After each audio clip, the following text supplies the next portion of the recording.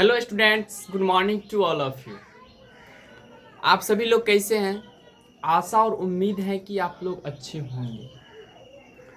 आप लोग का एक सवाल था कि सर इस बार जो हम एग्ज़ाम देंगे क्या गेस पेपर से क्वेश्चन लड़ता है? गेस पेपर से पढ़ने से क्या फ़ायदा?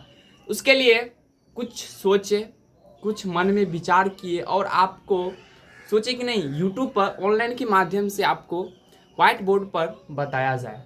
तो वीडियो अच्छा लगे ना बाबू तो लाइक सब्सक्राइब करना, नहीं अच्छा लगेगा ना तो कमेंट में लिखना कि सर अच्छा नहीं लगता है, कोई दिक्कत नहीं है। ठीक, अच्छा लगेगा तब लाइक करना, नहीं तो नहीं करना। देखिए, सबसे पहला जो बात है आपको यह बताना चाहते हैं कि सबसे पहले जो अध्यक्ष थे वो आनंद किशोर जी थे। क्या थे? आनंद किशोर जी थे। और अचानक सा क्या हुआ, बिहार बोर्ड की तरफ से आनंद आनंद जी जो थे वो क्या कर लिए, आनंद किशोर जी थे वो क्या के लिए बोले नहीं, रिटायर ले लेते हैं। क्या ले लेते हैं? रिटायर। अब देखिए उसके बाद उनका पद लिया त्यागराजन जी। अब आप यहां से स्पष्ट कीजिए कि जब अध्यक्ष बदल गए तो एग्जाम पैटर्न भी तो बदल गया ना, एग्जाम पैटर्न भी चेंज हो गया। इसीलिए बोलते हैं बाबू, पहले क्लास 10th नहीं है कि आप साइंस, सोशल साइंस जो भी सब्जेक्ट हो आप रट लेंगे। क्लास 12th है, चाहे आप साइंस का बच्चा हो चाहे आप आर्ट का स्टूडेंट हो, रटने से किसी को कोई फायदा नहीं, आपको कॉन्सेप्ट समझना पड़ेगा। ठीक है, उसके लिए देखिए एग्जाम पैटर्न चेंज हुआ कि नहीं। हाँ, 100% बेटा एग्जाम चेंज हो गया है। आपके जो एग्जाम का बिहार बोर्ड का लेवल है वो एग्जाम पैटर्न चेंज हुआ है। देखिए सबसे पहला क्वेश्चन है कि क्या गेस पेपर से पढ़कर आप 450 मार्क्स ला सकते हैं? ये बच्चा का सवाल है, मेरा सवाल नहीं है। हम आपको बोल रहे हैं कदापि नहीं, नॉट। आप गेस पेपर पढ़कर कभी 450 नंबर नहीं ला सकते हैं। 450 नंबर लाने के लिए आपको सिलेबस पढ़ना पड़ेगा।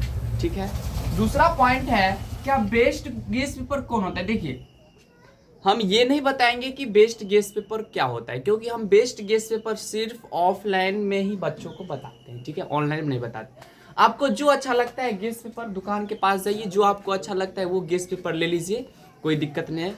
लेकिन हाँ, गेस पेपर लेने से पहले हमारे इस वीडियो को एक बात आप जरूर ध्यान में रखिए कि सर गेस पेपर से कितना लड़ता है क्वेश्चन।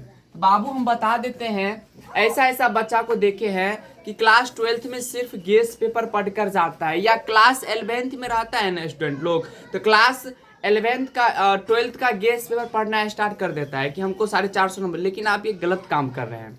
गेस पेपर से आपके एग्जाम में क्वेश्चन लड़ता ही नहीं है। अब क्या हम आप ये बोलेंगे कि सर आप ये बोल रहे हैं कि क्वेश्चन नहीं लड़ता है? बोलेंगे क्वेश्चन नहीं लड़ता है, इसका प्रूफ क्या है? प्रूफ आपको दे रहे हैं। देखिए गेस पेपर से क्वेश्चन आपको 15% लड़ता है। कितने परसेंट? 15%।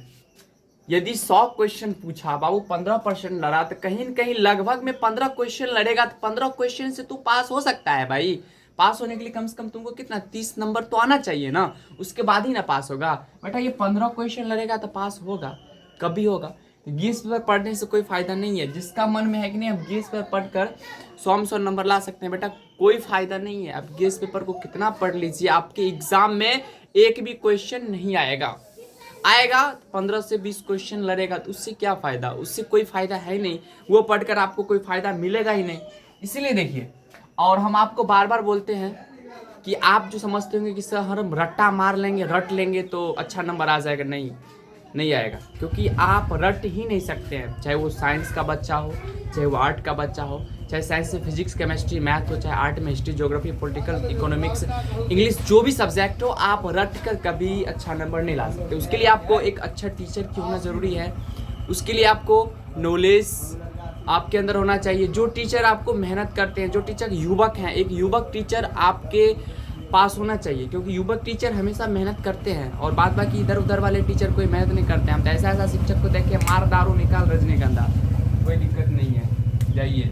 चलिए दूसरा बात कि सर 450 प्लस मार्क्स यानी 450 मार्क्स के लिए सिलेबस पढ़ना पड़ेगा। बिल्कुल भाई, यदि आप सिलेबस नहीं पढ़ेंगे आपको 450 प्लस मार्क्स नहीं आएगा। और सिर्फ सिलेबस पढ़ना ही नहीं, आप सिलेबस भी पढ़ लेंगे ना तो आपको उसके बावजूद भी 450 नंबर नहीं आएगा। यदि 100 होता तो सब बच्चा 400 प्लस नंबर लाता, क्यों नहीं लाता है? क्यों नहीं लाता है?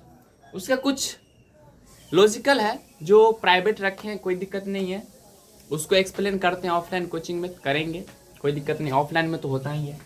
और देखिए गेस पेपर पढ़ने से फेल या पास, बाबू फेल या पास ये तो नहीं कह सकते हैं कि तू फेल होगा या पास होगा। हाँ, बट इतना कॉन्फर्म कह सकते हैं कि ओनली वन, यदि तू गेस पेपर पढ़कर जाएगा तो भाई फेल तो कर सकता है। सिर्फ गेस पेपर पढ़कर जाएगा तो फेल कर सकता, कितना रट्टा मारेगा? सब तू रट्टा मार लेगा, उसके बावजूद भी तुमसे क्वेश्चन नहीं लड़ेगा। समझे कि नहीं समझे? क्वेश्चन नहीं लड़ता है। और हम आपको बार बार बोलते हैं, हमारे यहाँ क्लास 11 एंड 12 दोनों बैच स्टार्ट है। क्या है? चाहे वो आर्ट्स का स्टूडेंट है, चाहे वो साइंस का स्टूडेंट है, इन दोनों स्टूडेंट के लिए बैच स्टार्ट है। और हम आपको गारंटी देते हैं बाबू, एक बार तो विश्वास करो, चाहे साइंस का बच्चा है, चाहे 12th का, चाहे आर्ट का बच्चा, एक बार विश्वास करेंगे, आपको बोल देते हैं 450 प्लस मार्क्स हम आपको मुट्ठी में करके देंगे। समझे कि नहीं समझे? 450 मार्क्स देना मेरा काम है, आपको दिलवाएंगे, नहीं दिलवाए तो पढ़ाना छोड़ देंगे। बार बार चैलेंज करते हैं, और जो बताए हैं अच्छा से समझिएगा, ठीक है?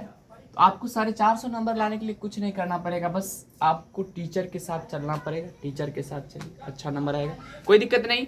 आज के लिए यही टॉपिक था, इस टॉपिक को क्लियर कर दिए।